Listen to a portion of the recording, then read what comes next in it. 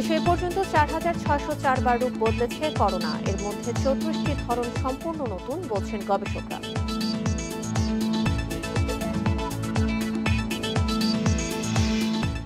Corona সংক্রমণ রোধে ইউরোপের কয়েকটি দেশে লকডাউন, টোকিও অলিম্পিকে বিদেশি দর্শক নিষিদ্ধ।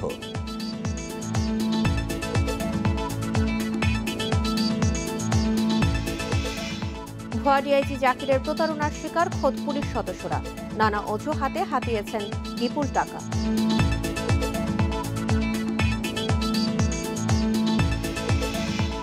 এখনও নিরাপত্তা শঙ্কায় সাল্লায় হামলার শিকার সংখ্যালঘু সম্প্রদায়, হেফাজতের সমাবেশ স্থগিত করল প্রশাসন।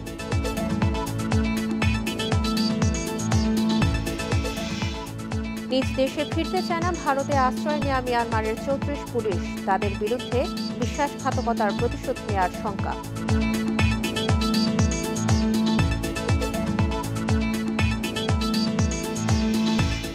স্বাগত সকাল ৯টার ১ ঘন্টার বিরতিহীন ইন্ডিপেন্ডেন্ট সংবাদে আপনাদের সাথে আছে আমি সঞ্চারী মজিদ তমা এবং আমি সাফাদ্দিন ফরিদ। জানাচ্ছিলাম প্রধান শিরোনামগুলো, এবারে জানাবো বিস্তারিত খবর। দেশে পর্যন্ত ৪,৬০৪ বার রূপ বদলেছে করোনা ভাইরাস। এর মধ্যে সম্পূর্ণ নতুন ধারার জিনগত মিউটেশন মিলেছে ৩৪টি, যা আর কোনো দেশে পাওয়া যায়নি। করোনার সবচেয়ে বেশি রূপ বদল পাওয়া গেছে ঢাকা, চট্টগ্রাম ও চাঁদপুরে। ঢাকা, চট্টগ্রাম ও মালয়েশিয়ার মোনাশ বিশ্ববিদ্যালয় সহ ৫ প্রতিষ্ঠানের ১০ গবেষক এসব তথ্য দিয়েছেন। দেশে ২০ দিনের ব্যবধানে করোনা রোগী শনাক্তের হার বেড়েছে ৮ ভাগ। প্রতিটি হাসপাতালেই বাড়ছে চাপ। এদিকে যুক্তরাজ্য ও সাউথ আফ্রিকায় শনাক্ত নতুন ধরনের করোনার মতো ভাইরাসের সন্ধান মিলেছে দেশেও। এই অবস্থায় চট্টগ্রাম ও ঢাকা বিশ্ববিদ্যালয় সহ ৫টি প্রতিষ্ঠানের গবেষকেরা জানালেন ২০২০ সালে দেশে ৪,৫০০-এর বেশিবার রূপ বদল করেছে করোনা। ৩৭১ নমুনার জিনোম সিকোয়েন্স থেকে ৩৪টি একেবারে নতুন মিউটেশন পাওয়া গেছে। গবেষকরা এর নাম দিয়েছেন বাংলা মিউটেশন। আমরা পেলাম বাংলাদেশে ৩৪টি ইউনিক মিউটেশন বা একেবারে নতুন ধারার মিউটেশন আছে, যা পৃথিবীতে আর কোথাও পাওয়া যায়নি। এটার নাম আমরা দিয়েছি বাংলা ভ্যারিয়েন্ট। জেনেটিক মিউটেশন সম্পন্ন ভাইরাসগুলো এখনই ল্যাবরেটরিতে নিয়ে গবেষণা করে খতিয়ে দেখা প্রয়োজন। দেশের ইউনিক মিউটেশনগুলো অঞ্চল ভিত্তিক। কিছু জিনগত পরিবর্তন শুধু নির্দিষ্ট জেলা বা অঞ্চলেই পাওয়া গেছে। ঢাকায় দেখা গেছে ৩টি সুনির্দিষ্ট জিনগত পরিবর্তন। একইভাবে চট্টগ্রাম, চাঁদপুর, বরিশাল, যশোর, মৌলভীবাজার এবং ময়মনসিংহেও আলাদা মিউটেশন পাওয়া গেছে। এবং ভবিষ্যতে যদি এই মিউটেশনগুলো এক্সপেরিমেন্টালি প্রুফ করা হয়ে থাকে, তাহলে হয়তোবা ধারণা করতে পারি আমরা যে বাংলাদেশে করোনা সংক্রমণটা কিভাবে ছড়াচ্ছে। ইউনিক মিউটেশন বেশি থাকায় নতুন যে কোনো ভ্যারিয়েন্ট ছড়িয়ে পড়ার আশঙ্কা আছে। ফলে এলাকা ভিত্তিক জিনোম সিকোয়েন্স করা জরুরি। গবেষণায় দেখা গেছে শক্তিশালী G614D মিউটেশন ৯৮ ভাগ। বাংলাদেশের ভিতরেও ডিভিশনাল হোক বা জেলা পর্যায়ে হোক, অথবা কোনো একটা মেডিকেল কলেজ বা মেডিকেল সেন্টারকে যদি আমরা হাব হিসেবে ধরে সেখান থেকে সিকোয়েন্স নিয়ে রেগুলার বেসিস যদি সিকোয়েন্সিং করা হয়, তাহলে সেটা সেই রিজিওনাল কেন্দ্রগুলো থেকে প্রাপ্ত তথ্য বিশ্লেষণ করে তখন বলা যাবে আসলে বাংলাদেশে কোনো নতুন ভেরিয়েন্ট ছড়িয়ে যাচ্ছে কিনা। বাংলাদেশে করোনার নতুন জিনগত মিউটেশনের বিরুদ্ধে টিকার কার্যকারিতা পরীক্ষার পরামর্শ দিয়েছেন বিশেষজ্ঞরা। Hasan Misba, independent news, Dhaka. এদিকে করোনা পরীক্ষা করাতে হাসপাতালগুলোতে বেড়েছে ভিড়। এই মুহূর্তে রাজধানীর মুগদা হাসপাতালের সামনে রয়েছেন আমাদের সহকর্মী মাহমুদুল হাসান পারভেজ। যাচ্ছি তার কাছে। পারভেজ, মুগদা জেনারেল হাসপাতালে নমুনা সংগ্রহ ঠিক কয়টা থেকে শুরু হবে এবং কতক্ষণ চলবে? আর এই মুহূর্তে যারা পরীক্ষা করাতে এসেছেন তাদের ভিড় কেমন দেখছেন?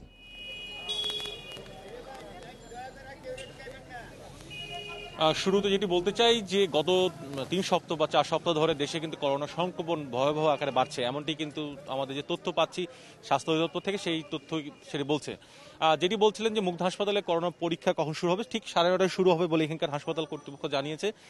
আর এখানে যে লাইন দেখছেন, এখানে যারা উপস্থিত আছেন মূলত করোনা টেস্টের জন্য বা পরীক্ষার জন্য, তারা অনেকেই ভোটাতে এসেছেন। কেউ কেউ আমাকে বলেছেন যে তারা নামাজ পড়েই রওনা দিয়েছেন এবং আপনি নিশ্চয়ই দেখতে পাচ্ছেন যে করোনা পরীক্ষার জন্য অনেকে বসে আছেন এবং দীর্ঘ লাইন কিন্তু দেখা গেছে এই হাসপাতালে। এবং আপনি নিশ্চয়ই ছবিতে দেখতে পাচ্ছেন যে হাসপাতালে যে মূল গেট আছে, সেই মূল গেট থেকে লাইনটি লম্বা লাইন চলে গেছে রাস্তা বরাবর এবং আমাদের কাছে যে তথ্য আছে যে প্রতিদিন এই মুগদা হাসপাতালে প্রায় 150 জনের মতো নমুনা সংগ্রহ করা হয়, কিন্তু যে লম্বা লাইন দেখছি প্রায় 250 থেকে 300 জন মানুষের সেই লম্বা লাইনে অনেকেই বিশেষ করে বৃদ্ধ যারা মানুষ আছেন তারা দীর্ঘক্ষণ ধরে লাইনে দাঁড়িয়ে আছেন, সেই লাইন দাঁড়িয়ে থাকতে না পেরে অনেকে বসে আছেন।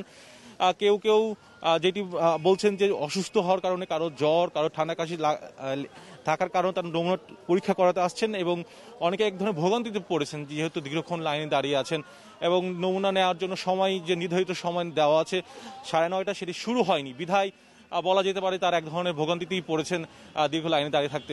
কারণ অনেক যারা এখানে নমুনা পরীক্ষা করাতে আসছেন তারা অনেকেই সন্দেহভাজন, অর্থাৎ তাদের করোনা হতে পারে এমন সন্দেহ থেকেই কিন্তু তারা এখানে নমুনা পরীক্ষা করাতে এসেছেন। আপনার কিছু তথ্য দিয়ে যে আমি একটু জানতে চাই সেটি হচ্ছে যে আমি যে গত বাংলাদেশে এখন যে সংক্রমণ চলছে সেইটি অনেকেই বিশেষজ্ঞ বলছেন যে দ্বিতীয় পর্যায়ে শুরু হয়ে গেছে এবং বলছেন, এবং একই সঙ্গে আপনারা জানাতে চাই যে গত সপ্তাহের তুলনায় চলতি সপ্তাহে করোনা সংক্রমণের যে পরীক্ষার হার, সেই পরীক্ষার হার প্রায় 20% বেড়েছে।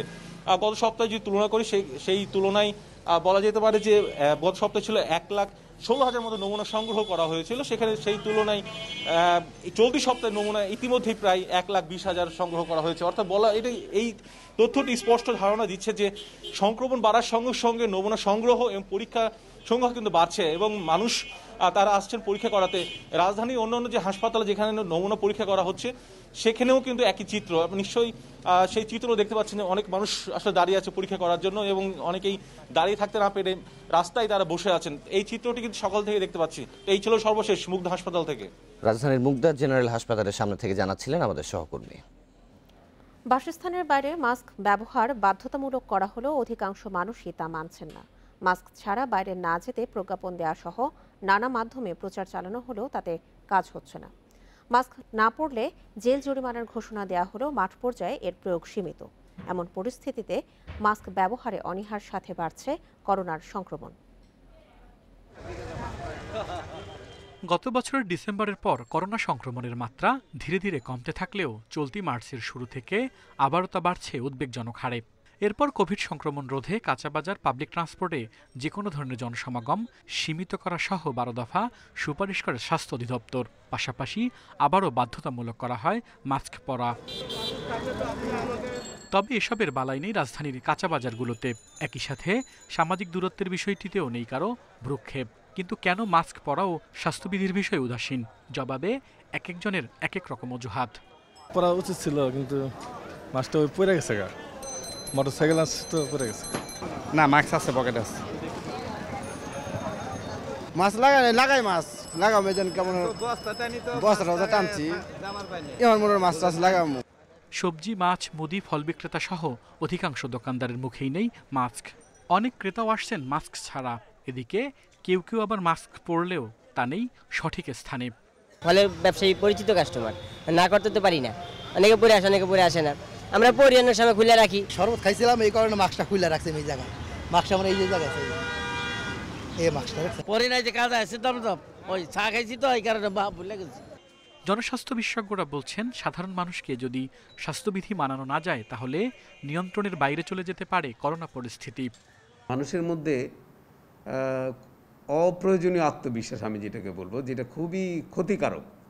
এই যে ওভার কনফিডেন্স, এই ওভার কনফিডেন্সের জন্যে তারা আজকে মাস্ক পরিহার করছেন প্লাস স্বাস্থ্যবিধি মানছেন না। এই দুটোর কারণে কোভিড সিচুয়েশন কিন্তু কন্ট্রোলের বাইরে চলে যাচ্ছে। চিকিৎসকরা আরও বলছেন টিকা নেওয়ার পরও ব্যবহার করতে হবে মাস্ক, তা না হলে কার্যকারিতা থাকবে না ভ্যাকসিনের।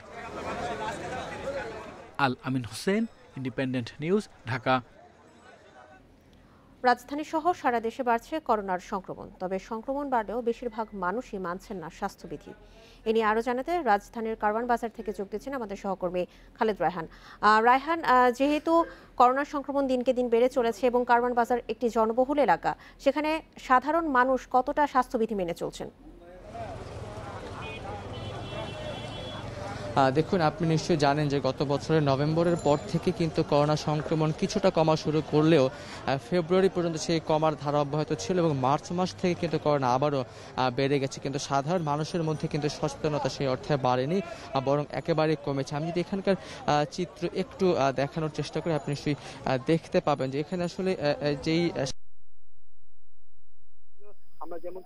আসলে দেখছিলাম যে মানুষ বলছেন তারা বিভিন্ন রকমের অজুহাত দেখাচ্ছেন। আসলে অজুহাতের চেয়ে বড় যে বিষয়টি মাস্ক পরার বিষয়ে যে বাধ্যবাধকতাটি বা মাস্ক পরতে হবে সেই জায়গাতেই আসলে এখন অনেকে মানতে চাইছে না, সহজভাবে গ্রহণ করছে। কিছু দেখতে পাচ্ছি, আমি যদি একটু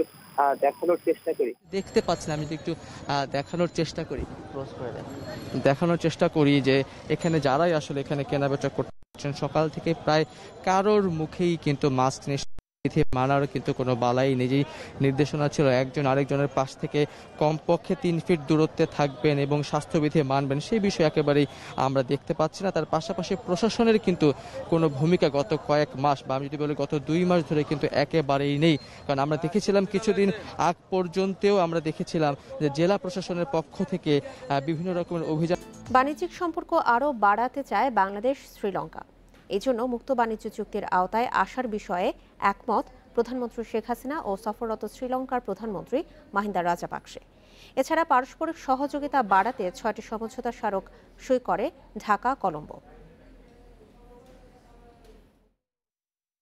সফরের শেষ দিন প্রধানমন্ত্রীর তেজগাঁর কার্যালয়ে যান শ্রীলঙ্কার প্রধানমন্ত্রী মাহিন্দা রাজাপাকসে।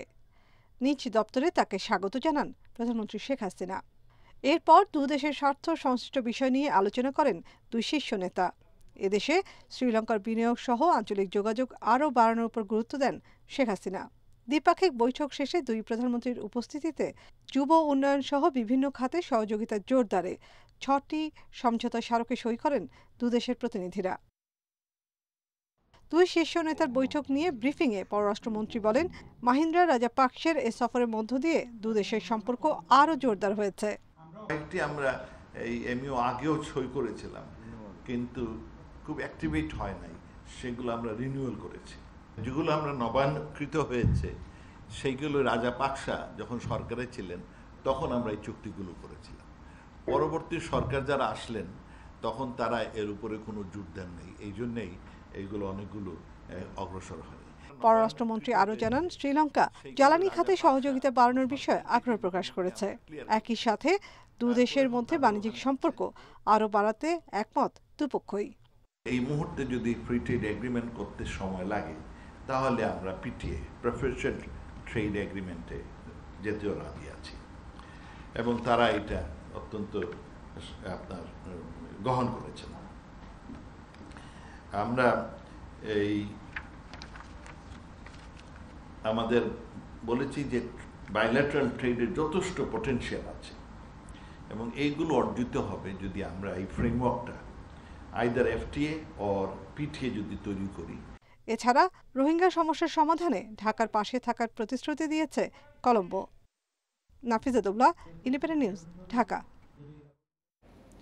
ভারতের প্রধানমন্ত্রী সফরের বিরোধিতা করে দেয়া কর্মসূচিতে চিন্তিত নয় সরকার। পররাষ্ট্রমন্ত্রী একে আব্দুল মোমেন জানিয়েছেন, নির্ধারিত দিনেই ঢাকায় আসবেন নরেন্দ্র মোদী।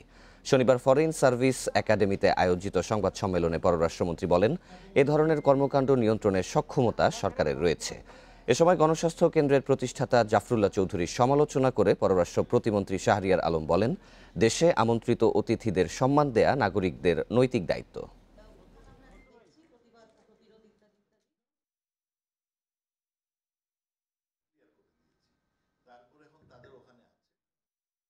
দুই একজন লোক আপনার এই ধরনের অভিযোগ করতে পারে, লেট দেম ডু ইট।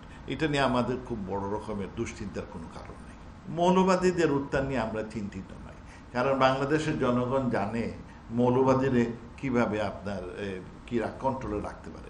মাননীয় প্রধানমন্ত্রী ভালো করে জানেন হাউ টু ডু ইট, এবং তাদের আপনার এই যে সংখ্যা মোটামুটি নগণ্য। কেউ কেউ বিভিন্ন রকমের প্রচারণা করছেন যাতে তিনি না আসেন, তাতে তাদের বক্তব্য, তাদের অভিমত। বাট সরকার ওনাকে দাওয়াত দিয়েছে, আমরা খুব গর্বিত যে উনি আসবেন এবং সেই সাথে will provide all the protection. এটাতে কোনো সন্দেহের কোনো কারণ নাই। বঙ্গবন্ধুর জন্ম শতবার্ষিকী এবং বাংলাদেশের স্বাধীনতার 50 বছর পূর্তি, এই লক্ষ্যকে সামনে নিয়ে তারা কিন্তু সফরটি করছেন। যারা বিভিন্ন মতামত দিচ্ছেন তাদেরকে অনুরোধ করব যে তারা যদি সত্যিকার অর্থে বাংলাদেশকে ভালোবেসে থাকেন, স্বাধীনতার সপক্ষের শক্তি হয়ে থাকেন, বঙ্গবন্ধুকে জাতির পিতা হিসেবে সম্মান দিয়ে থাকেন, তাদেরকে অবশ্যই এই অতিথিদেরকে সম্মান প্রদর্শনের জন্য প্রয়োজনীয় সহযোগিতা করতে হবে। মুজিব জন্মশতবার্ষিকী ও স্বাধীনতার সুবর্ণ জয়ন্তী উপলক্ষে 10 দিনব্যাপী আয়োজনের চতুর্থ দিন ছিল শনিবার। এদিনও অনুষ্ঠান হয় 2 পর্বে। প্রথম পর্বে হয় আলোচনা, দ্বিতীয় পর্বে হয় সাংস্কৃতিক পরিবেশনা।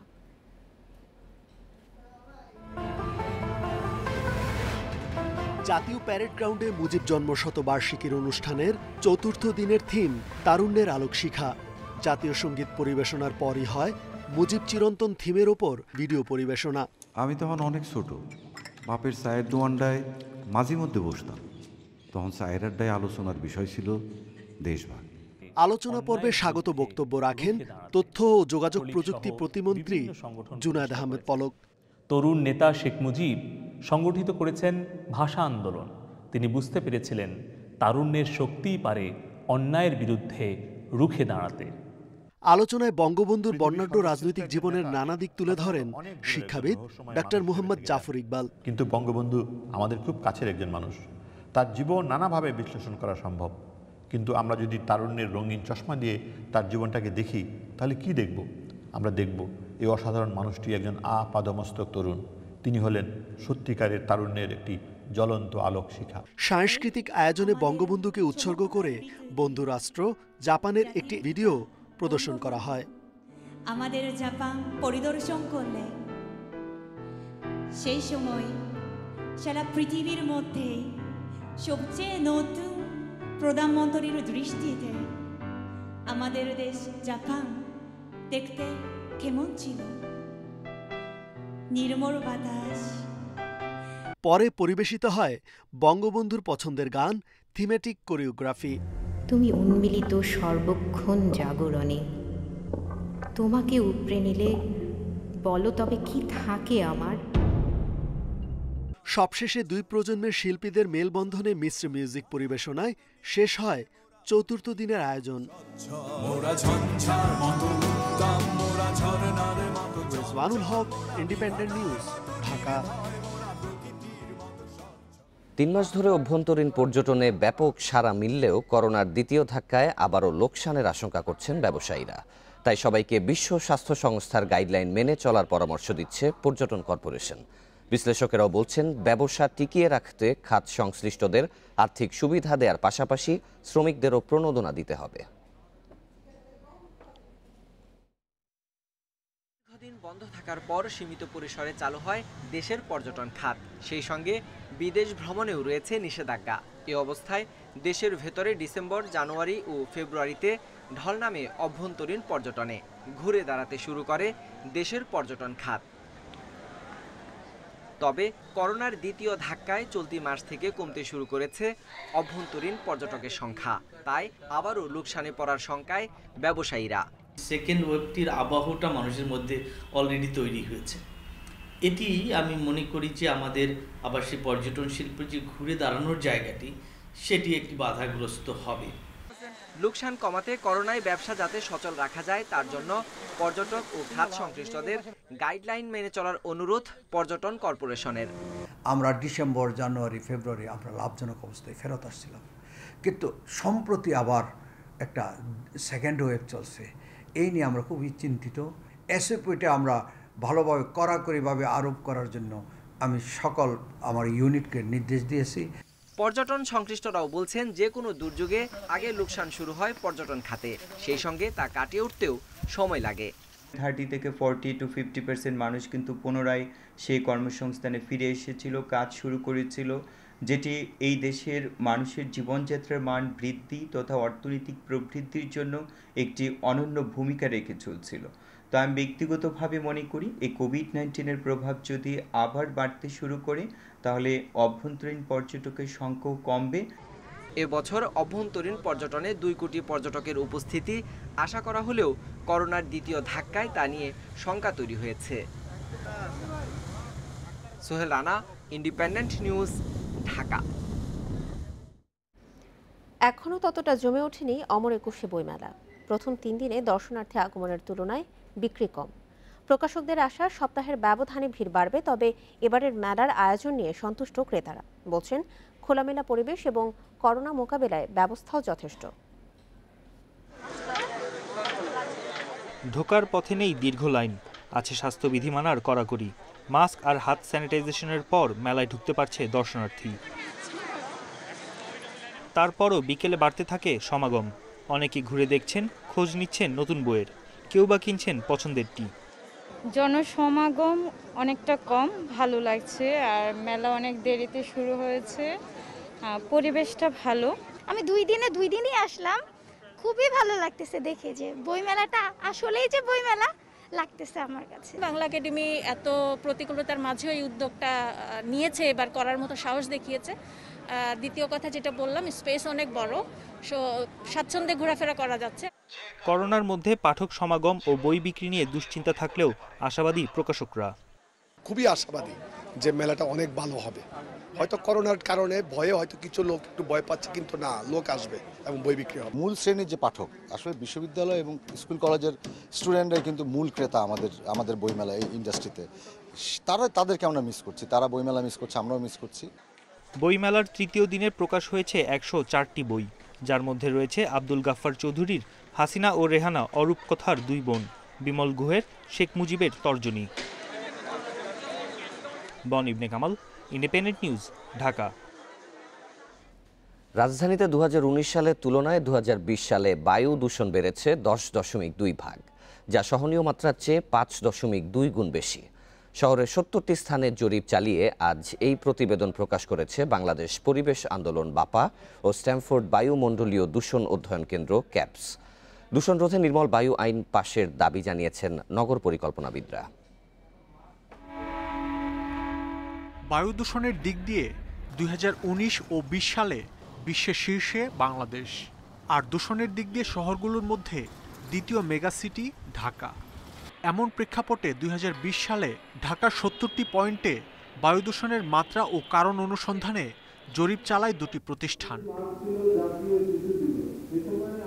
ঢাকা রিপোর্টার্স ইউনিটিতে প্রতিবেদন প্রকাশ অনুষ্ঠানে দাবি করা হয়, অপরিকল্পিত ও অনিয়ন্ত্রিত রাস্তা খোঁড়াখুড়ির কারণে সবচেয়ে বেশি 30% বায়ু দূষণ হয়। এরপরই ইট ভাটা ও শিল্প কারখানার কারণে 29%, আর 15% বায়ু দূষণ যানবাহনের কালো ধোঁয়া থেকে। প্রতিবেদনে বলা হয়, ঢাকায় প্রতি ঘনমিটারে ধূলিকণা পরিমাণ ছিল 335.4 মিলিগ্রাম, যা স্বাভাবিক মাত্রার চেয়ে 5 গুণেরও বেশি। বায়ু দূষণ রোধে 2 থেকে 3 ঘন্টা পরপর পানি ছিটানো সহ বেশ কিছু সুপারিশ করে গবেষণা প্রতিষ্ঠানগুলো। এর জন্য নির্মাণ সামগ্রী পরিবহনকারী যে যানবাহন আছে সেগুলো রাত্রিবেলা শহরের ভিতর দিয়ে দ্রুত গতিতে চলাচল করে, এবং রাত্রিবেলা কিন্তু এই যে বললাম যে ঝাড়ু দেওয়া হয়, এইসব কারণে কিন্তু রাত্রিবেলা প্রচুর পরিমাণ ধুলা দূষণ বা বায়ু দূষণ লক্ষ্য করা যায়। বায়ু দূষণ রোধে পরিবেশ অধিদপ্তর সহ সংশ্লিষ্ট সব প্রতিষ্ঠানকে শক্তিশালী করার পাশাপাশি পরিকল্পনা বাস্তবায়ন না হওয়ার কারণ বের করার দাবি জানান নগর পরিকল্পনাবিদরা। কোন মহলের কারণে এইরকম একটি গুরুত্বপূর্ণ অ্যাক্টকে গলায় পাড়া দিয়ে দাবিয়ে রাখা হয়েছে, এটা আমরা বুঝতে চাই। বরং ক্লিন এয়ার প্রকল্পের নামে কোটি কোটি টাকা খরচ করা হয়েছে ফুটওভার ব্রিজ বানানোর কাজে। প্রতিবেদনের তথ্য মতে ঢাকার সবচেয়ে বেশি দূষিত এলাকা পুরান ঢাকা, কম দূষণ মোহাম্মদপুর, পল্লবী ও ক্যান্টনমেন্ট এলাকায়, আর আশঙ্কাজনক হারে বায়ু দূষণ বাড়ছে ধানমন্ডি, গুলশান, বনানী ও বাড্ডায়। মাহমুদ শরীফ, ইন্ডিপেন্ডেন্ট নিউজ, ঢাকা। বাংলাদেশ ব্যাংকের সাবেক ডেপুটি গভর্নর এস.কে. সুর ও নির্বাহী পরিচালক শাহ আলমের অবৈধ সম্পদের খোঁজ নেবে দুর্নীতি দমন কমিশন দুদক। পি.কে. হালদারের দুর্নীতির অভিযোগ সংশ্লিষ্টতায় সম্প্রতি তাদের নাম এসেছে। এর আগে একই অভিযোগে কেন তাদের গ্রেপ্তার করা হয়নি তা নিয়ে উষ্মা প্রকাশ করে হাইকোর্ট। 2014 থেকে 2018 সাল পর্যন্ত আর্থিক খাত থেকে প্রায় 15,000 কোটি টাকা আত্মসাৎ করে পি.কে. হালদার চক্র। প্রাথমিকভাবে এই চক্রের 62 জনকে চিহ্নিত করে দুর্নীতি দমন কমিশন দুদক। এরই ধারাবাহিকতায় গ্রেপ্তার হন ইন্টারন্যাশনাল লিজিংয়ের সাবেক ব্যবস্থাপনা পরিচালক রাশেদুল হক। পরে পি.কে. হালদারের অর্থ আত্মসাতের বিষয়ে রাশেদের জবানবন্দিতে উঠে আসে বাংলাদেশ ব্যাংকের সাবেক ডেপুটি গভর্নর এস.কে. সুর ও নির্বাহী পরিচালক শাহ আলমের নাম। তবে নথিপত্রে পি.কে. হালদারের দুর্নীতি সংশ্লিষ্টতায় কেন্দ্রীয় ব্যাংকের নিরীক্ষণ বিভাগের 10 জনের নাম পাওয়া গেছে। কিভাবে উনি এত টাকা নিয়ে গেল without approval of the Bangladesh bank? Obviously Bangladesh bank তার দায় দায়িত্ব এড়াতে পারে না। এখন দায় দায়িত্ব এড়াতে পারে না কিছু কর্মকর্তার কারণে এই ঘটনাটি ঘটেছে। এখন কারা কারা জড়িত এই বিষয়টি খতিয়ে দেখছে। দুর্নীতির অভিযোগ আসায় এসকে সুর ও শাহ আলম পরিবারের সম্পদের হিসেব নেবে দুদক। তবে এই বিষয়ে এখনই গণমাধ্যমকে কিছু বলতে রাজি নয় সংস্থাটি। পিকে হালদারের সহযোগী এই যাবৎ প্রাপ্ত ৩৩ জন, তাদেরও অবৈধ সম্পদ অর্জনের ব্যাপারে নোটিশ জারি করা হয়েছে। আশা করা যায় যে সেই সম্পদ বিবরণী পাওয়ার পরে এই সমস্যার গভীরে পৌঁছা সম্ভব হবে। পিকে হালদারের দুর্নীতি সংশ্লিষ্টতার অভিযোগে এখন পর্যন্ত গ্রেপ্তার হয়েছেন ১০ জন, যাদের মধ্যে ৫ জন আদালতে স্বীকারোক্তিমূলক জবানবন্দি দিয়েছেন। Rishad Huda, independent news, Dhaka. Barishal city কর্পোরেশনের মধ্যকার অলিগলি সহ মোট সড়কের ২/৩ খানাখন্দ ও ভাঙাচোরা। ভরাট হওয়া খাল ও বেহাল ড্রেনেজ ব্যবস্থার কারণে সামান্য বৃষ্টিতেই তলিয়ে যায় নগরী। সিটি মেয়র বলছেন, নির্বাচিত হওয়ার পর ২ বছরেও পর্যাপ্ত বরাদ্দ না পাওয়ায় থমকে আছে উন্নয়ন কর্মকাণ্ড। ২০০২ সালে প্রতিষ্ঠিত বরিশাল সিটি কর্পোরেশনের সড়ক আছে প্রায় ৫৯৩ কিলোমিটার। গত ২ বছরে অতিবৃষ্টি ও কয়েক দফা বন্যার ফলে প্রায় ৪৯৩ কিলোমিটার রাস্তায় ভেঙে গেছে। কেবল রাস্তাঘাট নয়, সিটি কর্পোরেশন এলাকার ৩২৪ কিলোমিটার ড্রেনের প্রায় সবগুলোরই বেহাল অবস্থা, প্রয়োজন সংস্কারের। সিটি এলাকায় ২৩ খালের মধ্যে মৃতপ্রায় ২০টি। সব মিলিয়ে সিটি কর্পোরেশন এলাকার বাসিন্দাদের ভোগান্তি চরমে। আমরা চেয়েছিলাম যে বরিশালের রাস্তাঘাট, বরিশালের খালগুলো খনন করা হবে, বরিশালের ড্রেনেজ ব্যবস্থা উন্নয়নের মধ্যে দিয়ে জলাবদ্ধতা দূর হবে। ২০ বছর আগে যে অবস্থায় রয়েছে সে অবস্থায় আছে, শুধুমাত্র একটি উপরে প্রলেপ দেওয়া চলতেছে, আবার সেই প্রলেপ উঠে যাচ্ছে। এর বাইরে নগর কোনো উন্নয়নের কোনো কিছু দেখতে পারতেছে না, বরঞ্চ ট্যাক্সের বোঝা ক্রমে ক্রমে ভারী হচ্ছে। সিটি কর্পোরেশনের তথ্য মতে বর্তমান মেয়র নির্বাচিত হওয়ার পর রাস্তা উন্নয়ন, জলাবদ্ধতা নিরসন ও বর্জ্য ব্যবস্থাপনার উন্নয়ন বাবদ প্রায় ৪,০০০ কোটি টাকা ব্যয়ের ৫টি প্রকল্প মন্ত্রণালয়ে পাঠায়। এর বিপরীতে গত ২ বছর ৪ মাসে বার্ষিক উন্নয়ন বাবদ বরাদ্দ মিলেছে মাত্র ২০ কোটি টাকা। প্রকল্প অনুমোদন হলে যথাযথ বরাদ্দ পেলে যে সময় আসে এই পরিষদের, তাতে আমরা খুব দ্রুত সময়ে কাজ করতে পারবো। মাননীয় মহোদয়ের যে স্বপ্ন আধুনিক বরিশাল নগরী গড়ে তোলা, এটা সম্ভব, কিন্তু যদি প্রকল্প পাশ না আসে সেটা তো এই সামান্য থেকে কিছুই সম্ভব। সিটি মেয়র বলছেন, আওয়ামী লীগের কর্মী হিসেবে বর্তমান সরকারের আমলে তার কাছ থেকে নগরবাসীর যে প্রত্যাশা তা পূরণ করতে ব্যর্থ হচ্ছেন তিনি। এই বরিশাল শহরের মানুষের দিনে আমার কাছে চাহিদা নরমাল একটা মেয়রের থেকে অনেক বেশি। আমি দায়িত্ব নেওয়ার আগে যে পরিকল্পনা ছিল সেই পরিকল্পনা থেকে আমি এখন অনেক দূরে। বরিশাল সিটি কর্পোরেশনের বাসিন্দা প্রায় ৫ লাখ। সড়ক ও ড্রেনেজ দ্রুত সংস্কারের দাবি নগরবাসী। Independent news desk. করোনার সংক্রমণ রুখতে আবারও কড়াকড়ি বাড়ছে ইউরোপের বিভিন্ন দেশে। ফ্রান্স, পোল্যান্ডের পর নতুন করে আংশিক লকডাউন জারি করা হয়েছে ইউক্রেনে। বিশ্বে একদিনে করোনায় ৮,০০০ জনের মৃত্যু হয়েছে। এর মধ্যে শুধু ব্রাজিলেই মারা গেছে ২,৩৩১ জন। এ নিয়ে বিশ্বে করোনায় প্রাণহানি ছাড়ালো ২৭,২১,০০০। আক্রান্তের সংখ্যা ১২,৩৪,০০,০০০-এর বেশি।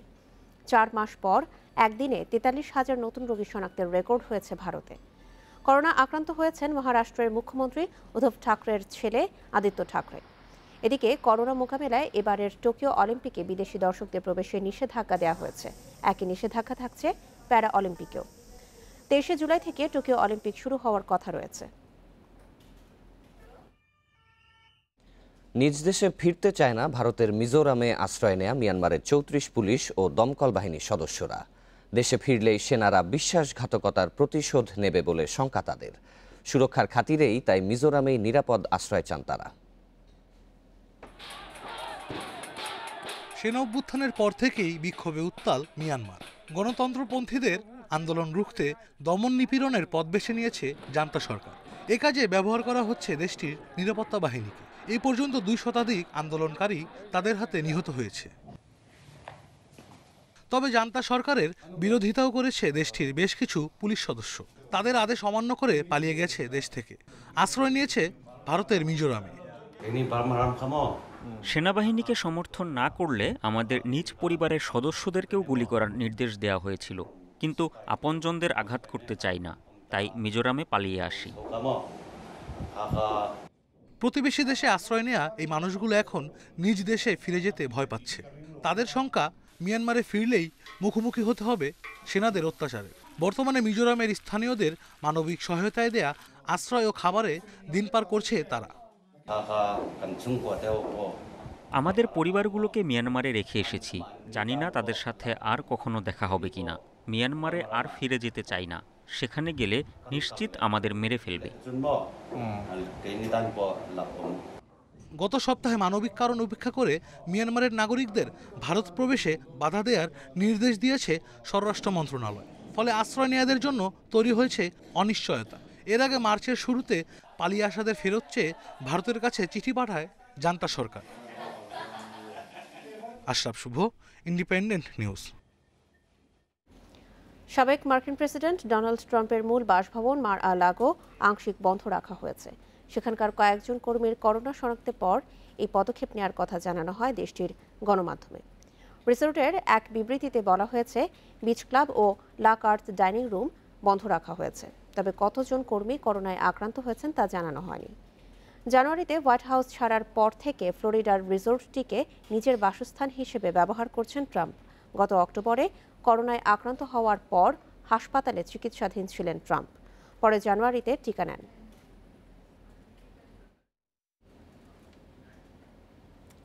অর্থনয় টি-20 বিশ্বকাপের প্রস্তুতির জন্যই শ্রীলঙ্কা সিরিজে যাচ্ছেন না বলে দাবি করেছেন সাকিব আল হাসান। আইপিএলে আরও বেশি বাংলাদেশি ক্রিকেটার খেললে আখেরে দেশেরই লাভ হবে বলে মনে করেন তিনি। অনলাইন প্ল্যাটফর্মে এক সাক্ষাৎকারে এসব কথা বলেন সাকিব। নিউজিল্যান্ডে যখন ধুঁকছে বাংলাদেশ দল, তখন ছুটিতে সাকিব। ওয়েস্ট ইন্ডিজের বিপক্ষে হোম সিরিজের পর ডানেডিন ব্যর্থতা, সব দুর্দশার ছবিতে একমাত্র মিসিং পার্ট যেন সাকিব আল হাসান। জাতীয় দলকে সময় না দিয়ে আইপিএল কেন? বার্নিং কোশ্চেনের সামনে সহজাত অকপট টাইগার অলরাউন্ডার। আইপিএল খেলতে চাই যে পিরিয়ডটাতে আইপিএল আছে, so that I can prepare my self better. At least আমি জানতে পারবো আমি যে গ্রাউন্ডে খেলবো এখন, ওই গ্রাউন্ডে খেলবো আমি 4 মাস পরে ওয়ার্ল্ড কাপ ম্যাচ। আমি অন্য যে কারো থেকেই অনেক অ্যাডভান্টেজটা পাবো, অ্যাটলিস্ট বাংলাদেশ দলের জায়গা থেকে, এবং সেটা দলকেও হেল্প করবে এই কারণে যে আমি এই এক্সপিরিয়েন্সগুলো শেয়ার করতে পারবো আমাদের টিমের প্লেয়ারদের সাথে। সাকিবের মতে আইপিএল খেলেই বড় মঞ্চের জন্য প্রস্তুতি সারছেন বিশ্বজুড়ে ক্রিকেটাররা। বাংলাদেশেরও তার থেকে ব্যতিক্রম হওয়া উচিত নয়। আমাদের প্লেয়ারদেরকেই যদি আমরা দাম না দেই, আমাদের প্লেয়ারদেরকেই যদি আমরা উপরে উঠতে সাহায্য না করি, তো আপনি কিভাবে এক্সপেক্ট করবেন যখন আমরা ন্যাশনাল টিমে খেলবো আমরা ভালো পারফর্ম করবো, অন্যদের সাথে কম্পিট করব? আমাদের দেশে যারা 5, 7, 10 বছর পর্যন্ত ক্রিকেট খেলছে তাদেরকে আমরা ওইভাবে রেসপেক্ট দেই না। 34-এর কাছাকাছি এসে খেলতে চান নির্ভর ক্রিকেট। আগ্রহের সাথে তাকিয়ে থাকেন পাইপলাইনের দিকে, কিন্তু নতুন ক্রিকেটার তুলে আনার মিশনে পুরো সন্তুষ্ট নন সব্যসাচী অলরাউন্ডার। আমাদের থেকে শুরু করে এই পর্যন্ত যে একটা গ্যাপ, এর ভেতরেও তো কিছু ভালো প্লেয়ার আছে। তাদেরকে তৈরি করার যে জায়গাটা, এইচপি একাডেমি, এই জায়গাগুলোতে কি কাজটা হয়েছে লাস্ট 4-5 বছরে আমি তো কোনো কিছু দেখি না। দেশি যদি সম্মান না দেয় তার ক্রিকেটারদের, তবে বাইরের দুনিয়া সেটা কেন করবে? ক্রিকেটের স্বার্থেই দেশি ক্রিকেটার, কোচ, সংগঠকদের মূল্যায়নের তাগিদ সাকিব আল হাসানের। জহিরুল ইসলাম, ইন্ডিপেন্ডেন্ট নিউজ। ব্যাটসম্যানদের দায়িত্বজ্ঞানহীন শটেই হয়েছে সর্বনাশ। অসহায় আত্মসমর্পণের পর অধিনায়ক তামিম ইকবালের উপলব্ধি, জিততে হলে খেলতে হবে বড় ইনিংস। সেই কাজটা করতে হবে টপ অর্ডারের কাউকেই। অন্যদিকে পেসার তাসকিন আহমেদ বলছেন, এত কম পুঁজির পর আর খুব বেশি সুযোগ থাকে না বোলারদের জন্য।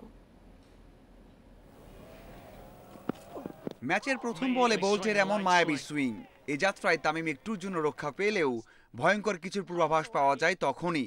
ম্যাচ জুড়েই সেই দাপট থেকেছে কিউই বোলারদের। আরও একবার টাইগারদের ব্যাটিং সামর্থ্য কাঠগড়ায়। অধিনায়ক নিজেও দায়ী। টপ অর্ডারকে দায়িত্ব নেওয়ার তাগিদ তামিমের, নইলে সিরিজে ফেরা কঠিন হয়ে যাবে। সকালে ব্যাটিং করাটা ডিফিকাল্ট ছিল, সিম হচ্ছিল, সুইং হচ্ছিল, বাট আমার কাছে মনে হয় যে আমাদের ডিসমিসেলসগুলো যদি দেখেন, এখানে অলমোস্ট 3-4টা ডিসমিসেল ওয়ার ভেরি সফট ডিসমিসেলস, যেগুলো আমরা এক্সপেক্ট করি না। সম্মুখে 7 নম্বরের জন্য প্রস্তুত করা হচ্ছিল, হঠাৎ করে আবারও 3 এনে বসিয়ে রাখা হয়েছে শান্তকে। অতীতেও এমন সিদ্ধান্তহীনতা বাংলাদেশ ক্রিকেটে বিপদ ডেকে এনেছে। যে টিমটা খেলেছি এই টিমটা যদি আপনারা কম্বিনেশন দেখেন, আমাদের 6th বলার কেউ ছিল না। রিয়াদ ভাইয়ের ব্যাক ইনজুরির কারণে উনি বোলিং করতে পারছেন না, হয়তো বা উনি পুরো সিরিজে বোলিং করতে পারবে না। তো আমাদের 6th বোলিং অপশনই ছিল সৌম্য। এত কম রানের পুঁজিতে কিছুই করার থাকে না বোলারদের। পেস বান্ধব কন্ডিশনে তাই পেসারদের পরীক্ষা দেওয়ার সুযোগ হয়নি ঠিকঠাক। রান অনেক কম হয়ে গেছে। এই রান নিয়ে বোলাররা তেমন কিছুই করতে পারবে না। ওদের বোলাররা সবসময় ভয়ঙ্কর। ব্যাটসম্যানরা শুরুটা ভালো করতে পারেনি, এখনো 2 ম্যাচ বাকি। আশা করি সেরাটা দিয়ে ভালো কিছু করতে পারবো। কঠিন বাস্তবতায় ঘুরে দাঁড়ানো কঠিন, তবে অসম্ভব নয়। ক্রাইস্টচার্চে দ্বিতীয় one day 23 March. Mazharul Islam, independent news.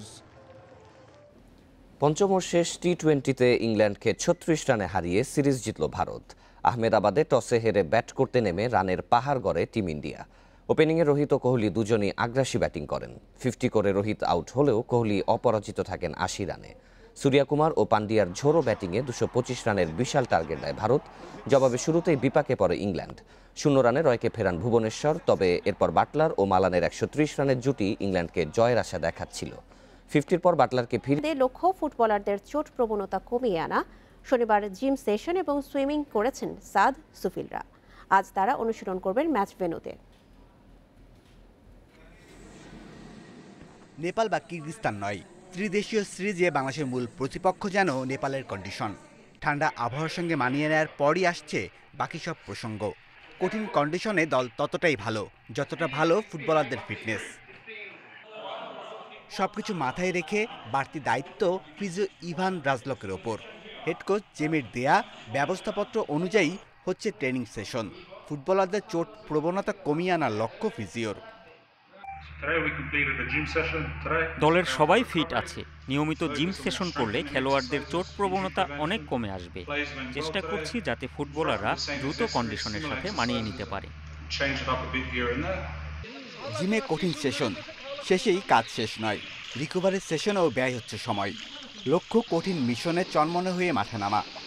আজকে সকালে আমাদের প্র্যাকটিস অফ ছিল, বিকালবেলা আমাদের জিম সেশনে প্লেয়াররা সিরিয়াসলি কাজ করেছে, চলছে জিম সেশন। যাদের জিম সেশনের কাজ শেষ হয়েছে তারা পুলে নেমে ফুল রিকভারি করছে। কালকে ট্রেনিং হয়েছে আমাদের, তো আজকে রিকভারি সেশন ছিল। জিমের মধ্যে কিছু স্ট্রেচিং ছিল, কিছু ওয়ার্ক ছিল, সেগুলো হয়েছে। রোববার ম্যাচ ভেন্যু দশরথ স্টেডিয়ামে অনুশীলন করবে জেমিডের শিষ্যরা। Shamim Ahmed, independent news. শেষ করছে এখনকার বিরতিহীন ইন্ডিপেন্ডেন্ট সংবাদ। তবে তার আগে শিরোনামগুলো আরও একবার। দেশে এ পর্যন্ত 4604 বার রূপ বদলেছে করোনা। এর মধ্যে 34টি ধরন সম্পূর্ণ নতুন, বলছেন গবেষকেরা।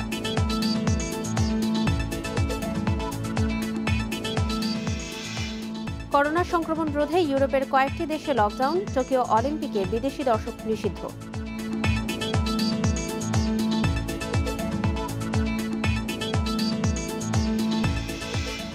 ভুয়া ডিআইজি জাকিরের প্রতারণার শিকার খোদ পুলিশ সদস্যরা। নানা অজুহাতে হাতিয়েছেন বিপুল টাকা।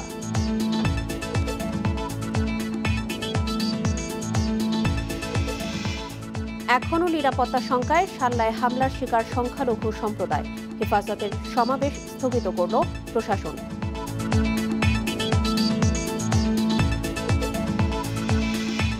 এবং নিজ দেশে ফিরতে চায় না ভারতে আশ্রয় নেয়া মিয়ানমারের 34 পুলিশ। তাদের বিরুদ্ধে বিশ্বাসঘাতকতার প্রতিশোধ নেওয়ার শঙ্কা।